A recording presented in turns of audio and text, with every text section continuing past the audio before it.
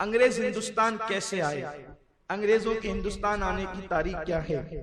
آپ کو ممکن ہے کہ یہ لطیفہ لگے گا، لیکن یہ لطیفہ نہیں، ایک حقیقت ہے۔ انگریزوں کے ہندوستان آنے کی کوئی بہت بڑی وجہ نہ تھی۔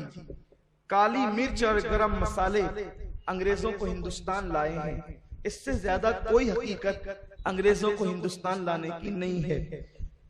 کالی مرچ کسی زمانے میں اور دارچینی، کالی مرچ کو کسی زمانے کے اندر انگریز کالا سونا کہتے تھے۔ اب میں اس کی فضیلت اگر طب نبوی کے تناظر میں بتانے کے لیے بیٹھوں تو اس کے لیے میرے پاس کافی وقت چاہیے، اور وقت یوں ہی ہمارے پاس جو ہے وہ شارٹ ہوتا ہے۔ ہر محفل کے اندر ہمیں وقت کی نزاکتوں کا بڑا خیال کرنا ہوتا ہے۔ اتنا سمجھ لیں آپ کہ کالی مرچ کے بڑے فوائد ہیں، جیسے کہ خون کی صفائی کے لیے کالی مرچ مفید ہے۔ اسی طرح سے لال مرچ ہم جو کھاتے ہیں یا ہری مرچ، اس کو وہ ہمیں نقصان پہنچاتی ہے، بلکہ حضور مفتی اعظم رحمت اللہ تعالی علیہ کا قول ہے کہ اللہ نے جتنی چیزوں کو جائز کیا ہے، ان جائز چیزوں میں اگر سب سے زیادہ کوئی چیز نقصان پہنچاتی ہے تو وہ مرچ نقصان پہنچاتی ہے۔ اگر مرچ کے نقصان سے کوئی بچنا چاہتا ہے تو اسے کالی مرچ کا استعمال کرنا چاہیے، اس لیے کہ اگر کالی مرچ کا ہم استعمال کھانوں میں کرتے ہیں تو ایک تو انسان ہری اور لال مرچ اس کے نقصانات سے محفوظ ہو جاتا ہے، اور دوسرا پھر اسے تیز پن بھی مل جاتا ہے۔ یہ خون کو صاف کرتی ہے، یہ ہاضمے کے لیے بھی مفید ہوتی ہے، اس کے بعد یہ زخموں کے لیے بھی مفید ہوتی ہے۔ اس کی ایک تاریخ ہے، آپ غور کریں، انگریز جیسی قوم جس کو کالے سونے کا نام دیتی ہو، وہ کیسی چیز ہوگی؟ ہوا یہ تھا کہ عرب تاجر ہندوستان آتے اور یہ ہندوستان سے کالی مرچ، دارچینی اور گرم مسالے لے کر یہ انگلستان کی منڈیوں میں بیچا کرتے تھے، اور کسی زمانے میں یہ کالی مرچ کا جو بھاؤ تھا وہ اس زمانے میں سونے کے برابر تھا۔ جیسے سونا قیمتی آج کے دور میں ہے، اس دور کے اندر کالی مرچ اور دارچینی اتنی قیمتی ہوا کرتی تھی۔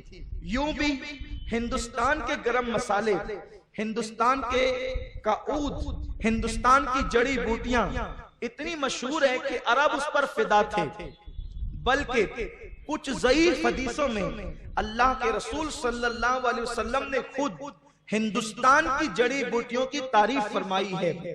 اللہ کے رسول صلی اللہ علیہ وسلم فرماتے ہیں اگر کوئی بیمار پڑے تو اسے چاہیے کہ وہ ہندوستان کی جڑی بوٹیوں سے اپنا علاج کرائے، کیونکہ اللہ نے ہندوستان کی جڑی بوٹیوں میں شفا رکھا ہے۔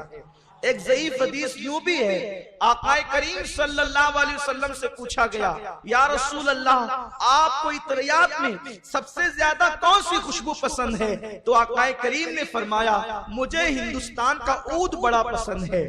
اور پھر اللہ کے حبیب صلی اللہ علیہ وسلم کے صحابہ جب بھی حضور علیہ السلام کے چہرے کو تشبیہ دیتے تو آپ اکثر شعراء کے کلام اٹھا کر کے دیکھیں، انہوں نے حضور علیہ السلام کے چہرے کو جو چمکتا ہوا دیکھا تو وہ یوں کہتے ہیں یا رسول اللہ آپ کا چہرہ یوں چمکتا ہے جیسے ملک ہندوستان کی تلوار چمکتی ہے۔ اس طرح سے ہندوستان کی بات چیزیں بڑی مشہور۔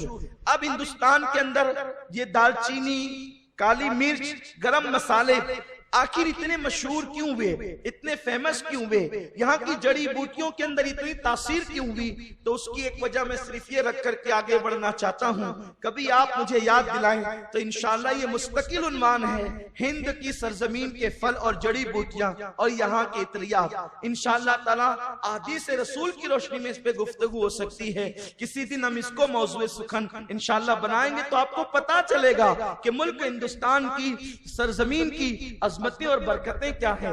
البتہ مختصر یہ ہے کہ اس کی تاثیر کی وجہ یہ سمجھ میں آتی ہے کہ حضرت آدم علیہ السلام کو جب اللہ نے زمین پہ اتارا تو آپ ہندوستان کی سرزمین پر قدم رکھتے ہیں، تو جو پتے آپ لے کر کے جنت سے آئے تھے اس کا سب سے پہلا اثر اگر کسی زمین پر پڑا ہے تو وہ ہندوستان کی سرزمین پر پڑا ہے۔ یوں بھی جو لونگ ہوتی ہے، لونگ کے متعلق روایتوں میں یہ آیا ہے کہ جب حضرت آدم علیہ السلام اللہ کے خوف سے روئے ہیں تو وہ رونے کے جو آنسو ہے جس زمین پر پڑے ہیں اللہ تبارک و تعالیٰ نے زمین کے اس خطے سے لونگ کو پیدا فرمایا ہے. یہ لونگ میں بھی خوب تاثیر اللہ نے رکھی ہے. اللہ اکبر. تو ہندوستان کی سرزمین سے عرب تاجر گرم مسالے لے جاتے, عرب میں بھی بیچتے اور خاص طور پر انگلستان کی منڈیوں میں بیچتے. چونکہ انگریز بہت مہنگا خریدتے تھے لیکن ان کو اس بات کی تلاش تھی کہ یہ عرب تاجر لاتے کہاں سے. عرب اتنے ہوشیار تھے, ظاہر سی بات ہے ان کی دانائی, ان کی عقل, ان کی دانش مندی دنیا میں بڑی مشہور ہے. انہوں نے انگریزوں سے اس راز کو مکمل چھپا کر کے رکھا. پھر اس کے بعد انگریز اس کھوج میں لگے, کیونکہ انگریز کا دماغ کھودنے والا, کھوج لگانے والا, تحقیق کرنے والا اور کسی راز کے پیچھے پڑنے والا, تجسس میں ان کا دماغ اکثر ایسا ہوتا ہے. تو وہ اس راز کے پیچھے پڑے. جب وہ اس راز کے پیچھے پڑے تو ان لوگوں نے بہت سارے جو جہاز مال لے کر کے جاتے ہیں ان کی لوٹ مار شروع کی. تو اکثر کالی مرچ اور دال چینی اور گرم مسالوں کے جہاز ہندوستان کے آس پاس کے ساحلوں پر یا ہندوستان سے جو مال جا رہا تھا ان کشتیوں کے اندر یہ مال پایا گیا. تو انہوں نے قیاس کیا کہ ہو نہ ہو یہ مال جو ہے ہندوستان سے آتا ہے, اور ہندوستان کے لیے جو ہے پھر ان لوگوں نے جو واسکو ڈی گاما کو جو ہے روانہ کیا اور وہ حادثات سے گزرتا ہوا وہ مالابار کے ساحل پر پہنچا. وہ آیا جب وہاں تو آنے کے بعد اس کو اسی علاقے میں کالی مرچ کے باغات مل گئے, اور پھر اس کے بعد کچھ سالوں کے بعد اس نے دار چینی کا بھی پتہ لگا لیا. نتیجہ یہ ہوا کہ جو ان کا مطلوب تھا انگریزوں کو ہاتھ آ گیا. اب انگریزوں کے لیے ہندوستان کی سرزمین گویا کہ کالے سونے کی سرزمین تھی. انہوں نے اور بھی بہت سی وجوہات ہیں, ساری وجوہات پہ گفتگو نہیں ہو سکتی, میں صرف اشارے دے کر گزرنا چاہتا ہوں. تو وہ لوگ ہندوستان کی سرزمین ان کے لیے کالے سونے کی سرزمین تھی اور انتہائی مالدار بننے کی سرزمین تھی. اب وہ عربوں سے گرم مسالے اور یہ چیزیں خریدنے کی بجائے وہ ڈائریکٹ اسے وہاں سیل کرنا چاہتے تھے اور بیچنا چاہتے تھے. انہوں نے یہاں پر ان ساری چیزوں کو تلاش کر کے ایک وقت آیا کہ انہوں نے اور حضرت جناب اورنگزیب عالمگیر رحمت اللہ تعالی علیہ کے پرکھوں میں ایک نام ہے جو نام بدنام زمانہ ہے اور اسے کوئی اچھا نہیں جانتا. 1600 عیسوی میں اکبر اعظم جسے دنیا کہتی ہے, حالانکہ اتنے بزرگ کے پرکھوں میں یہ بندہ ہوتا ہے لیکن یہ تھا بگڑا ہوا انسان. اس کے متعلق, اس کے عقیدوں سے متعلق ہم نے کئی مرتبہ مرکز کے اجتماع میں گفتگو کی ہے کہ اس کے عقائد اور نظریات صحیح نہیں تھے. یہ بندہ یہ کہتا تھا کہ اذان میں جو اللہ اکبر کہا جاتا ہے اللہ سے مراد اللہ کی ذات ہے اور اکبر سے مراد میری اپنی ذات ہے. یہ سورج کو سجدہ کرتا تھا. ہندو, مسلم, سکھ, عیسائی, یہودی, پارسی یہ سب کو ملا کر ایک مذہب اس نے ترتیب دیا تھا اور اس کا نام اس نے دین الہی رکھا تھا. وہ مذہب تو کیا ہوتا, گویا کہ وہ الہاد اور بے دینی تھا. اکبر اعظم کے زمانے میں جسے دنیا شہنشاہ جلال الدین اکبر مغل اعظم کہتی ہے, اس کے زمانے میں جو ہے وہ انگریزوں نے اجازت لی اور ان لوگوں نے اجازت لے کر یہاں پر باضابطہ طور پر تجارت کا آغاز کیا. اس طرح سے ایک تو انگریز آیا کالی مرچ اور دار چینی کے بہانے اس کی تلاش میں, اور بعد میں وہ بحیثیت تاجر اس نے اپنا یہاں تعارف کرایا. اور پھر حضرت شاہ جہاں کے دور میں ان لوگوں نے جہارہ بیگم شہزادی جو بڑی نوجوانی میں بیمار ہوئی تھی اس کا علاج کیا. ظاہر سی بات ہے کہ جو ہندوستان کے حکیم تھے, جب بادشاہ کا اعتماد ان حکیموں سے اٹھ گیا کیونکہ بادشاہ کی بڑی چہیتی بیٹی تھی شہزادی جہاں آرا بیگم, یہ نوجوانی میں دنیا سے کوچ کر گئی. اس کا علاج ایک انگریز نے کیا تو شاہ جہاں نے خوش ہو کر کے کہا مانگو کیا مانگتے ہو, جو مانگو گے دیا جائے گا. تو اس جو ڈاکٹر تھا کچھ لوگ ایسے ہوتے ہیں جو اپنے ذاتی مفاد پر قوم کے مفاد کو ترجیح دیتے ہیں. یہ بہت خاص بات ہے. انسان کو جب بھی موقع ملے اسے اپنی قوم کے لیے کچھ کرنا چاہیے. اپنے مفاد کے لیے جو لوگ کرتے ہیں ایک دن وہ مٹ جاتے ہیں اور ان کا نام بھی مٹ جاتا ہے، لیکن جو قوم کے لیے کام کرتے ہیں ان کا نام زندہ رہتا ہے. تو وہ انگریز ڈاکٹر تھا لیکن وہ اپنے مفاد پر اپنی قوم کے مفاد کو ترجیح دینا چاہتا تھا، اور جہارا بیگم کے علاج کے مقابلے میں اس سے جب کہا گیا کہ مانگو جو مانگو گے دیا جائے گا، تو اس نے ایسٹ انڈیا کمپنی کو ہندوستان میں قانونی حیثیت دلوا دی، اور اس نے یہ کہا کہ ہمیں مراد چاہیے حکومت سے، اور حکومت باضابطہ طور پر ایسٹ انڈیا کمپنی کے وجود کو تسلیم کر لے. نتیجہ یہ ہوا چونکہ بادشاہ یہ کہہ چکا تھا کہ جو مانگو گے دیا جائے گا، نتیجتاً جو ہے وہ انگریزوں کی اس کمپنی کو ایک قانونی حیثیت سے تسلیم کر لیا گیا. یہ بہت خاص بات ہے. ایک اور بھی واقعہ لکھا گیا ہے جو باب کا ہے کہ انگریزوں کو جو باضابطہ طور پر ایسٹ انڈیا کمپنی کا جو وجود تسلیم کیا گیا وہ شہنشاہ اورنگزیب عالمگیر کے پوتے کے دور میں جو ہے وہ اس کو تسلیم کیا گیا. لیکن علامہ اختر شاہجہاں پوری صاحب رحمت اللہ تعالی علیہ نے جو ہے وہ اس واقعے کو خاص طور پر ذکر کیا ہے جس کا میں نے پہلے تذکرہ کیا.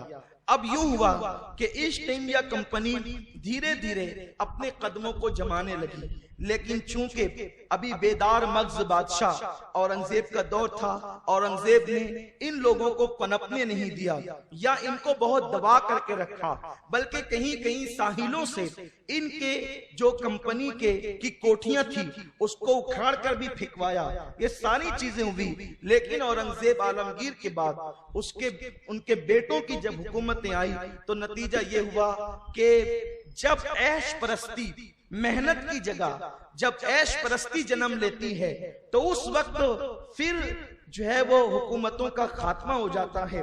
اورنگزیب کا نقطہ نظر یہ تھا کہ وہ بندہ پورے ملک ہندوستان پر اکھنڈ بھارت پر حکومت کرنے کے باوجود کبھی بیت المال سے ایک ٹائم کی روٹی لے کر کے نہیں کھاتا تھا، بلکہ قرآن شریف لکھ کر ٹوپی سی کر وہ اپنا گزارا کرتا تھا. اور اورنگزیب عالمگیر رحمت اللہ تعالی علیہ جب کوئی ٹوپی فروخت کرنے جاتا تو فرماتے کسی خریدنے والے کو یہ مت بتانا کہ یہ ٹوپی اورنگزیب نے سلی ہے، کیونکہ اگر تم یہ بتا دو گے تو ممکن ہے کہ وہ زیادہ رقم دے کر کے خریدے گا تو کہیں میرا اجر ضائع نہ ہو جائے. اس شان سے اس نے زندگی گزاری.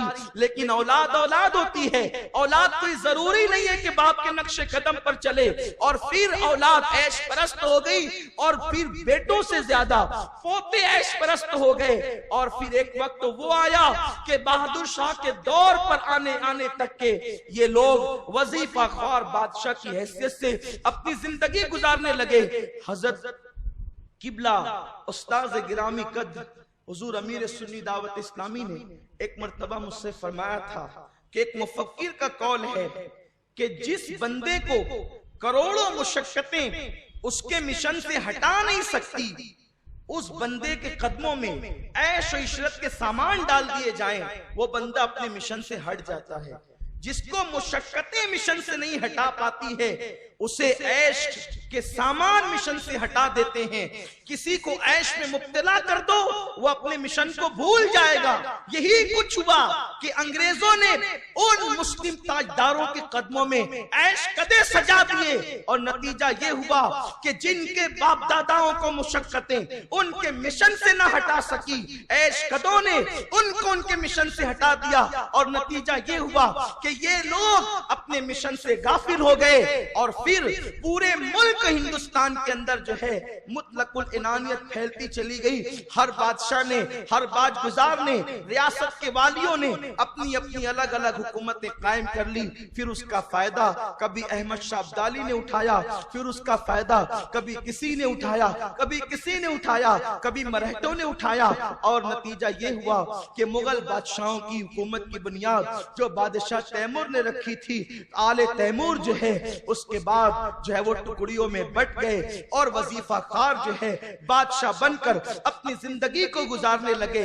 اس سے انگریزوں کو موقع ملا، انگریزوں نے ملک ہندوستان پر دھیرے دھیرے صوبہ جات پر حکومت کے جو ہے وہ جال پھیلاتے پھیلاتے انہوں نے آخری میں دلی پر قبضہ کرنے کی کوشش کی۔